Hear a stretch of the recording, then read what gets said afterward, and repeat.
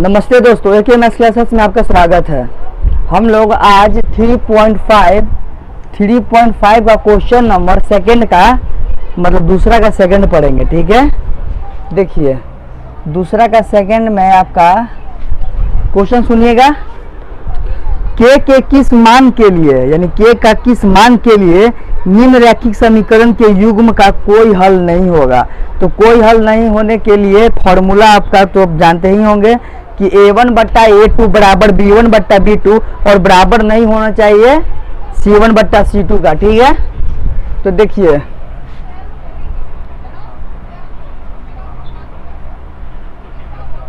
अगर अभी तक मेरे चैनल को लाइक सब्सक्राइब और शेयर नहीं किए हैं तो लाइक सब्सक्राइब और शेयर कीजिए और वीडियो को शुरू से लेकर अंत तक देखिए ताकि पूरा समझ में आए और पास हो जाए। देखिए आज होगा एक्सरसाइज 3.5 का दूसरा का क्वेश्चन नंबर सेकंड। यहाँ पे तो आपका दिया हुआ है 3x + y = 1। ये हो गया आपका समीकरण एक। और एक और दिया हुआ है आपका 2k - 1 x + k - 1 y = 2k + 1। ये हो गया आपका सेकंड क्वेश्चन नंबर, मतलब ये इक्वेशन नंबर 1 इक्वेशन नंबर 2 यानी समीकरण 1 समीकरण 2। ठीक है, तो यहाँ से कोई हल नहीं होने के लिए कंडीशन है।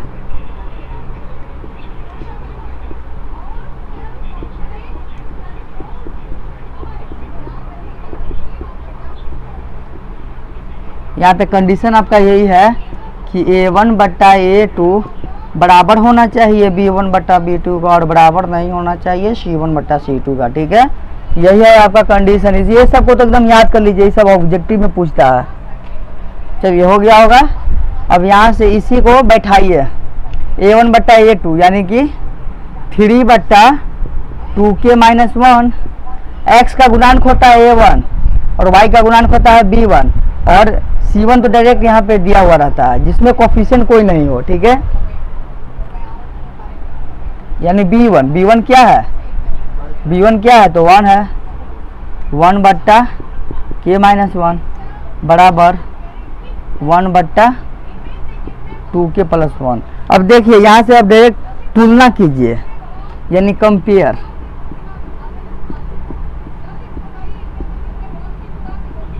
तुलना करने पर ये दोनों को मतलब इक्वेशन को इसको तुलना कीजिए। तुलना कीजिएगा यहाँ से तो आपका आ जाएगा 3/k - 1 = आ जाएगा आपका 1/k - 1।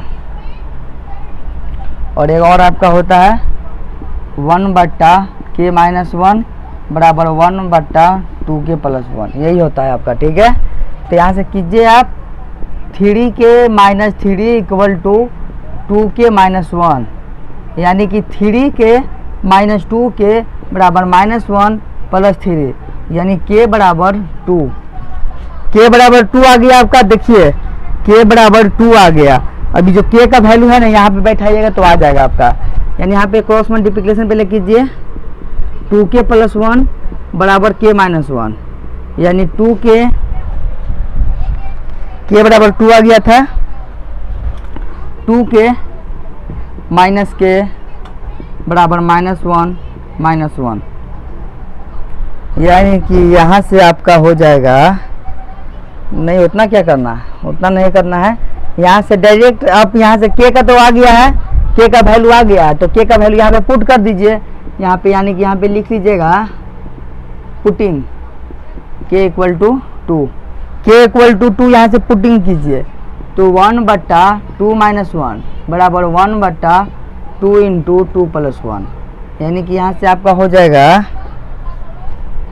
1/1 बराबर 1/5 यानी 1 = 5। यही हो गया आपका। यह इसी मान के लिए हम लोग ये होगा यानी अंत में लिख लीजिएगा कि k का 2 = 5 मान के लिए निम्न रैखिक समीकरण के युग्म का कोई हल नहीं होगा। ठीक है, इसको पहले नोट कीजिए और हम लोग बढ़ते हैं आगे यानी क्वेश्चन नंबर 3 पर।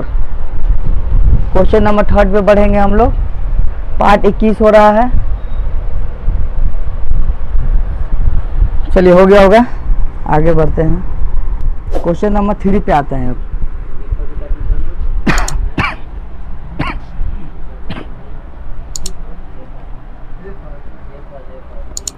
क्वेश्चन नंबर 3 पे आते हैं। क्वेश्चन नंबर 3 में आपका दो समीकरण दिया हुआ है। अब उसको आप मतलब प्रतिस्थापन विधि से हल कीजिए, हल करना है, ठीक है। चलिए क्वेश्चन नंबर 3, क्वेश्चन नंबर 3 है वो मतलब ये इक्वेशन दिया हुआ है, समीकरण दिया हुआ है। आप मतलब ब्रज गुणन विधि से भी हल कर सकते हैं, प्रतिस्थापन से भी हल कर सकते हैं, और तो और विलोपन विधि से भी हल कर सकते हैं। लेकिन क्वेश्चन में लिखा हुआ है कि ब्रज गुणन विधि से हल करना है, तो हम दोनों से हल कर देंगे, उसमें क्या है। चलिए थर्ड में है कि 8x plus 5y equal to 9, और यहाँ पे दिया हुआ है 3x plus 2y equal to 4। ये हो गया। यहाँ से हम लोग ब्रज गुणन विधि से ही हल करते हैं। अभी ब्रज गुणन नहीं लिखिए, पहले यहाँ पे a1 लिखिए, 8 है, a2 क्या है, 3 है, b1 क्या है और b2 क्या है। b1 5 है, ये 2 है, c1 c2 9 है, ये 4 है, ठीक है। तो अब यहाँ से डायरेक्ट लिखिए ब्रज गुणन विधि द्वारा। ब्रज गुणन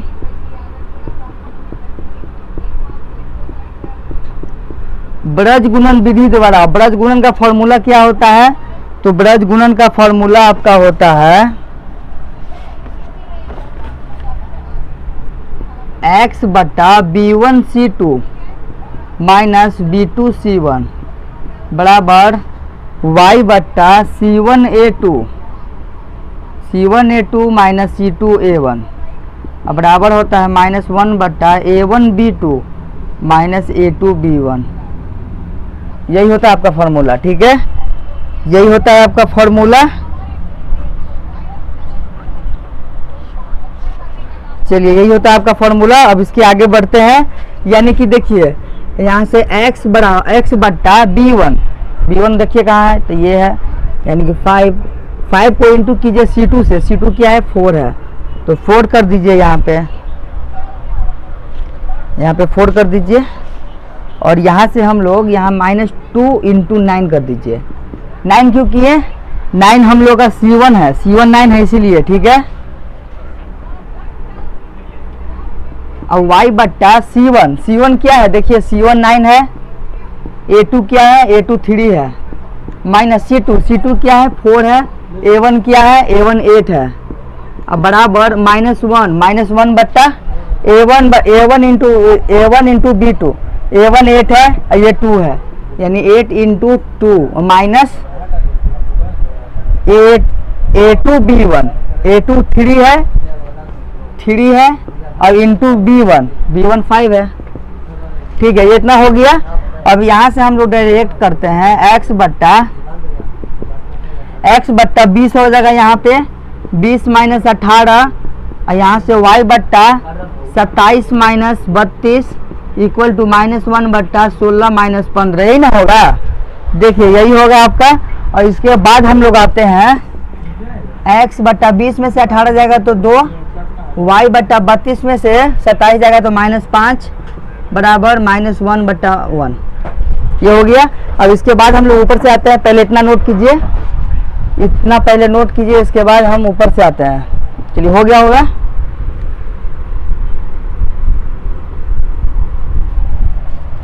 यहाँ से हम लोग डायरेक्ट अब यहाँ से तुलना करेंगे।